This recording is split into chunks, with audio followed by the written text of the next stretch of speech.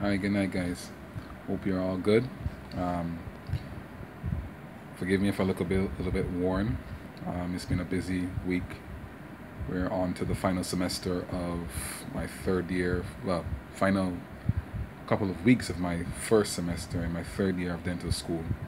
Um, this week we've had how many tests? We've just had two tests. Two on the same day for the same course. One was an oral or viva, and the other was a spotter, what we call a it's a lab test where you actually go around to the slides and take a look at the slides. So it was for oral and maxillofacial pathology. It went pretty okay. Um, the viva was a bit challenging, but however we had a I think I got the diagnosis right, which was an ameloblastoma, and the examiners were asking us about whether or not the lesion was multiloculated or uniloculated. Multiloculated meaning if you can see on X-ray multiple bubbles.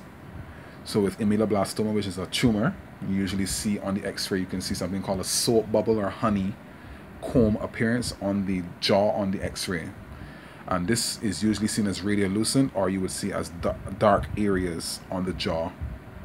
So the X-ray showed that, and then they asked for differential diagnosis. My differential diagnosis, I just chose lesions that would show radiolucent lesions or dark areas on the white bone that you would see.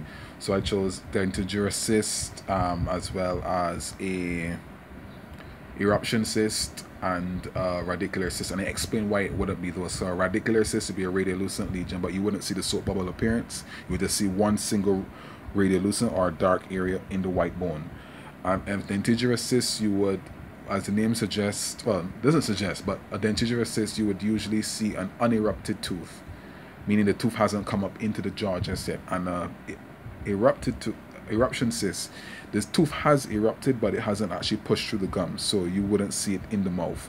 But on this X-ray for the ameloblastoma, you actually see the tooth impacted, meaning it's tilted, but it's actually up through the gum. So it's unlikely to be any of the other cysts that I mentioned. So ameloblastoma was the diagnosis, and it was a follicular type ameloblastoma.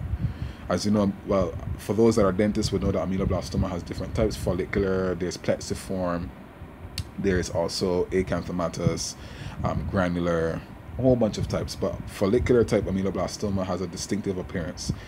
Plexiform looks like a net form, like a net, like a fish net when you look on a microscope at the slide. But plexiform follicular has a look where it's like these circles surrounded by ameloblast like cells with a central area. Ameloblast meaning tall cells, and they're columnar, and they have a central area of stellate reticulum, meaning when the tooth is developing, you remember that you have the bud cap and bell phase, and at one of the phases you actually see the stellate reticulum in the center.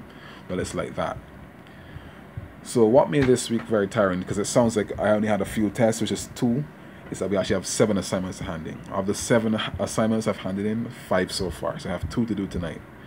4 of those assignments were to do with dental practice. One was to do with the history of Jamaica. Another one was to do with dental practice. Another one was to do with the classification of caries. And another one was to do with dental chart, how the different types of dental charts. I went through all of the different types of ways of charting on dental chart. Some of them were from Barbados, which is where I'm from. Some of them were from Jamaica, and some were from Pakistan, UK, Canada, US, you name it. We went through all the different types of chartings. For the other assignment was a literature review for my oral and maxillofacial pathology rotation. I don't exactly think I had very idea of exactly what was being looked for, but I did my best, and that's all that can be expected. And the last 2 assignments are for dental materials, and they're basically case reports or reports on two uh, two field trips that we had over the last 2 weeks, and then I have to try to basically study for. I have to, 1, 2, 3, from the 4th to the 21st. I have exams straight through. Um, Today I officially started my final set of exams, so my finals for this semester. So if you don't hear me, I'll try to do some exams to give you some feedback after each exam to let you know how it's been going.